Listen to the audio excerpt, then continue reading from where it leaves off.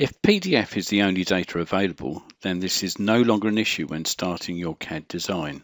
The process starts by using AutoCAD to import the PDF, and after selecting the file, a dialog allows various options including scale, but select OK as the default to import.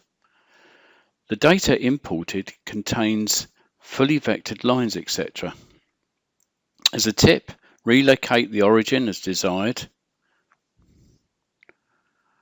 and then scale using a reference to create an accurate one-to-one drawing. The saved AutoCAD drawing will then be used as an underlay for the Inventor design.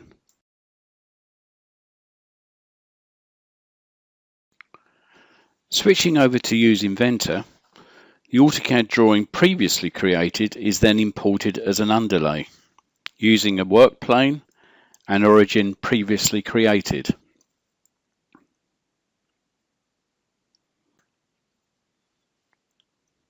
Switching to Inventor's standard sketch tools, the DWG underlay geometry is then projected onto the sketch. This will then form the outline for the 3D model.